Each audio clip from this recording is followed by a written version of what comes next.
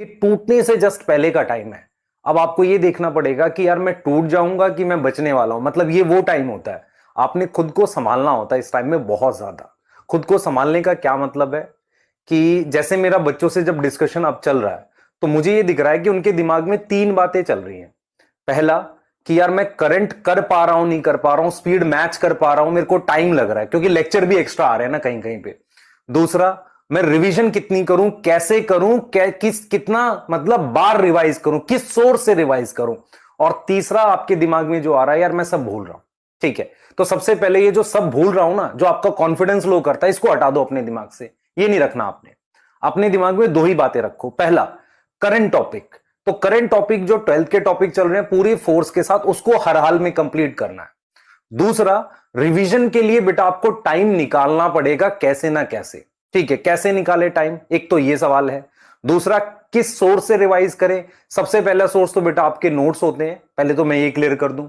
आपको डीपीपीस के क्वेश्चन बनाने होते हैं। मान लो आपको सारे नहीं बनाने, तो पहला, तीसरा, पांचवां, सातवां ऐसे बना लो। मान लो टोटल आपके पास 20 क्वेश्चन है, तो आप सारे क्वेश्चन ना बना के फर्स्ट थर्ड ऐसे करके बनाओगे तो सारे टाइप के क्वेश्चंस भी कवर हो जाएंगे। उसके अलावा नोट्स सारे रिवाइज करो। ठीक है, एनसीईआरटी को रिवाइज करने की कोशिश करो, टाइम लगेगा पर आपको देना पड़ेगा। अब अगला सवाल ये है, सर टाइम कहां से लाएं। तो टाइम कहां से लाएं, इसके लिए एक एग्जांपल देता हूं बेटा। लास्ट ईयर जब मैं पीडब्ल्यू में पढ़ा रहा था, तो मेरे पास काफी सारे बैचेस थे।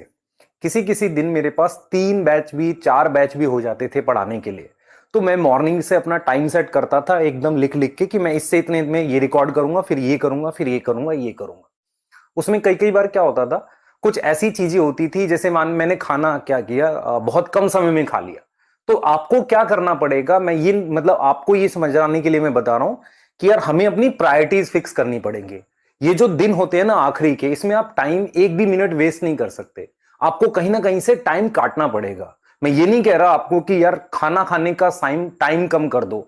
आपकी जो खोजो कि कौन सी वेस्टेज वाले टाइम है, उनको घटाओ, उनको कहीं ना कहीं और लगाओ आपकी नई रिवीजन में। ये आपको कहीं ना कहीं निकालना पड़ेगा, ये आपका काम है। इसमें आपकी ये सोच बहुत जरूरी है यार। कुछ बच्चे कहते हैं नहीं सर आधा घंटा तो चाहिए हमें खाना खाने के लिए। बेटा तू मतलब रूमिनेंट्स है, इतना टाइम क्यों चाहिए तुझे बता।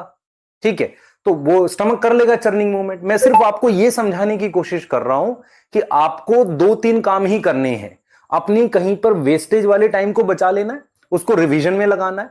जब भी आपको थकान हो, आंख बंद करके थोड़ी देर बैठ के सोचना है। मतलब या तो दिमाग को बिल्कुल शांत कर दो, या अपने गोल के बारे में ही सोचना है। उससे आपका दिमाग थोड़ा सा शांत होगा, वो कर लो। ठीक है, इस तरीके से कर लो। और फिर आप अपना थोड़ा थोड़ा रिवाइज करते हुए आगे बढ़ो। करंट नहीं छोड़ना चाहिए।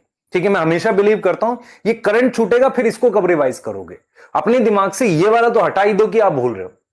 क्लियर है, करोगे इसे। ठीक है, बिल्कुल करना है। और फिर बेटा बहुत सारे तरीके हैं चीजों को रिवाइज करने के लिए। सोर्स आपको एक बार नोट्स तो फिर से रिवाइज करने ही पड़ेंगे, चाहे किसी भी सब्जेक्ट के हैं, क्योंकि आपने उस पर टाइम लगाया, वो आपके बनाए हुए हैं, आपने खुद से मेहनत करी है उस पर, तो उसको तो रिवाइज करो एक बार।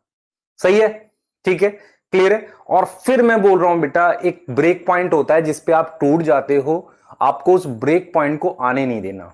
कुछ भी हो जाए, रेजिस्ट करना है एकदम आखिरी तक। ठीक है, अगर आप रेजिस्ट कर गए, आप